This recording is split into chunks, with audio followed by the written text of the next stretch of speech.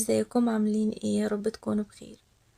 النهاردة هنتكلم عن حاجة كلنا بنمر بيها في حياتنا، وهي ازاي نتخطى اي حاجة صعبة بتحصل معانا، سواء كانت مشكلة او شخص او حتى فترة او مشاعر زي الاحباط والحزن وغيرها من المشاعر السلبية. ومش هنتكلم النهاردة كلام نظري وخلاص، لا، النهاردة هقولكوا على خطوات عملية فعلا تقدروا تستخدموها علشان تعدوا اي مرحلة صعبة في حياتكم. فلو جاهزين لفيديو النهاردة جهزوا قهوتكم أو مشروبكم المفضل واقعدوا في مكان هادي ومريح وتعالوا نسمع سوا. في البداية كده لازم نفهم إن الحياة مش دايما وردي، لازم كلنا هنمر بفترات صعبة وكلها بتبقى مراحل في حياتنا، زي مثلا نخسر شغل أو حد قريب مننا أو علاقة كنا بنحبها ومرتاحين فيها. بتحسي وقتها إنك عايشة في دوامة ومش عارفة تخرجي منها، وده إحساس طبيعي جدا ولازم نتقبل وجوده ونتعامل معاه صح. وأول خطوة لازم نعملها زي ما قلتلك إن احنا نتقبل الزعل، نتقبل إحساس الخنقة. وده على فكرة مش عيب ولا غلط، الغلط إن احنا نكابر أو نهرب من مشاعرنا بأي طريقة من الطرق، سواء بقى كان بشغل أو بخروجات مع أصحابنا أو أيا كانت طريقة الهروب اللي احنا هنهرب بيها، بس المهم احنا هنهرب. بس اللي عايزة أقولهولك إنك حتى لو هربتي عمر المشكلة ما هتتحل، بالعكس انت دلوقتي بالظبط زي اللي بتاخد مسكن علشان في حاجة في جسمها بتوجعها، لكن مش بتحل المشكلة أو تشوف ايه سبب الألم. ومع الوقت الألم ده هيفضل يكبر يكبر يكبر ويتراكم. فعلشان كده من البداية واجهي مشاكلك وواجهي أحزانك، وحاولي تحليها وتخرجيها من قلبك علشان ترتاحي بأي طريقة من الطرق، بقى بأي طريقة تريحك، سواء كانت كتابة أو جيم ورياضة أو إنك تتكلمي مع حد بتثقي في رأيه وعارفة إن هو مش هيحكم عليكي ولا هيزود المشاعر السلبية جواكي. المهم إنك تطلعي اللي جواكي فعلا، واختاري انتي بقى الطريقة اللي تناسبك أو اللي تريحك. وتاني حاجة بقى علشان تقدري تتخطي أي مشكلة أو شخص في حياتك، هي إنك تبعدي شوية كده عن المشكلة وتشوفيها من بره. تقريبا كلنا لما صحابنا بيكون عندهم مشكلة في حياتهم بنعرف نحلها كويس قوي ونطلع لهم حلول مفيدة جدا لحياتهم، لكن بنيجي بقى عند نفسنا بنقف وما بنعرفش نحل مشاكلنا. وده بيحصل علشان احنا بنكون بعيدة عن المشاكل بتاعة الناس اللي حوالينا، فبنكون شايفينها من كل الجوانب من بره وقادرين ان احنا ندير الموقف ونشوف الزوايا كلها بتاعته. فعلشان كده اي مشكلة تواجهك في حياتك لو عايزة فعلا تحليها اطلعي بره المشهد خالص وشوفي كل زوايا الموضوع من بره، كأنك ملكيش اي علاقة باللي حصل في حياتك او كأنها مش حياتك اصلا. أول لما تبعدي شوية كده هتلاقي إن الموضوع خد حجمه الطبيعي، وهتلاقي إن عقلك بدأ يفكر في حلول للمشكلة، سواء بقى المشكلة دي كانت انفصال عن حد بتحبيه ومش عارفة تتخطيه، أو شغل سبتيه، أو أي مشكلة عموما في حياتك.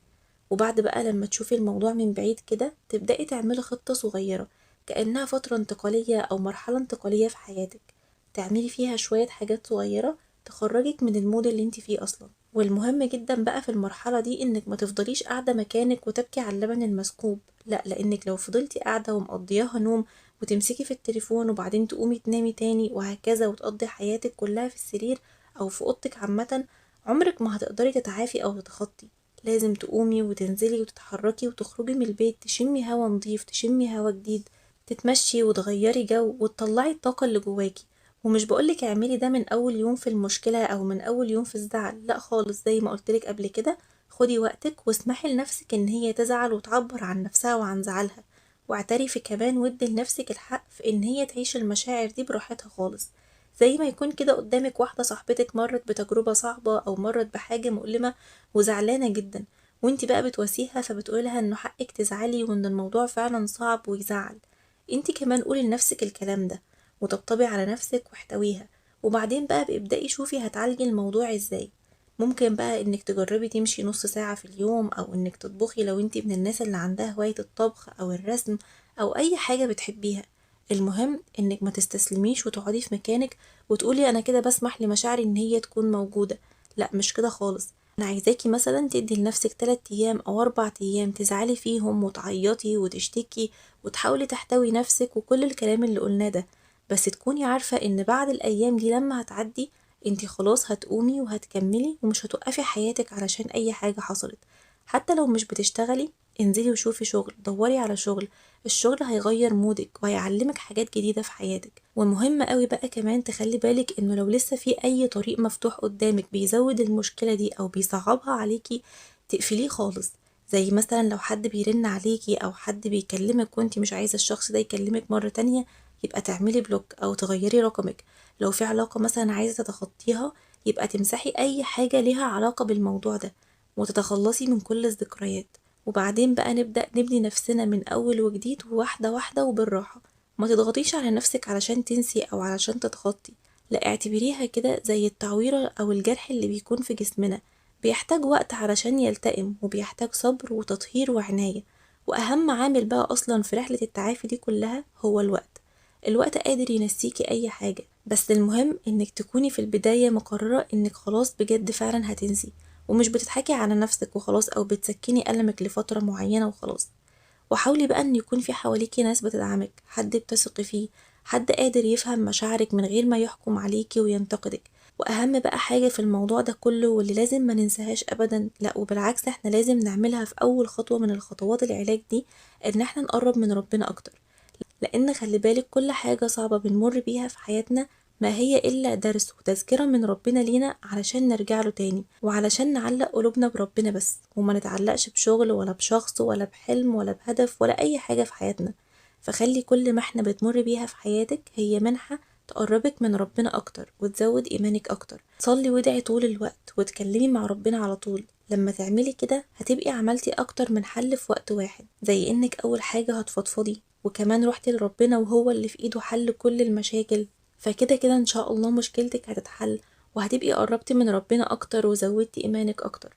واظن بقى ان مفيش اي مشكلة مهما كانت كبيرة في الحياة هتقف قدامك او مش هتقدري تواجهيها. واخر حاجة بقى، ارجعي لنفسك مرة تانية، صلحي كل حاجة اتكسرت فيكي، وما تزوديش انت الكسور بايدك بانك تجلدي ذاتك او تلومي نفسك. لا، احنا خلاص كبرنا وشايلين مسؤولية نفسنا، ومفيش حد في الدنيا دي يقدر يكسرنا زي نفسنا. احنا اللي بإيدنا ان احنا نكسر نفسنا ونزود مشاكلنا بان احنا نقعد نلوم في نفسنا ونجلد في ذاتنا وننتقد نفسنا ونقول لا انا ما كانش المفروض اعمل كده، انا كان المفروض اعمل الصح، انا ليه غلطت، انا ليه سمحت ان ده يحصل.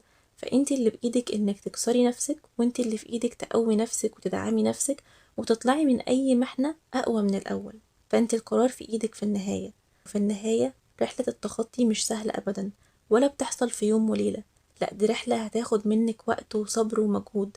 ممكن تكون رحلة طويلة، ممكن تكون قصيرة، وكله بيرجعلك انتي في النهاية حسب قدرتك وحسب قوتك. بس اوعدك لو اشتغلتي على نفسك كل يوم، او حتى يوم ويوم لا، هتقدري تتخطي اي حاجة في الحياة.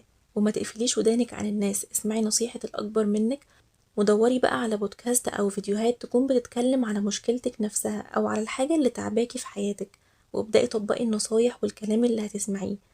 بس اهم حاجة بقى في الموضوع انك ما تنسيش تحبي نفسك وتدي لنفسك وقتها. وبس كده كان فيديو النهاردة، يا رب تكونوا استفدتوا. ما تنسوش لو عجبكم الفيديو تعملوا لايك وشير وسبسكرايب، واشوفكم على خير في فيديو جديد. مع السلامة.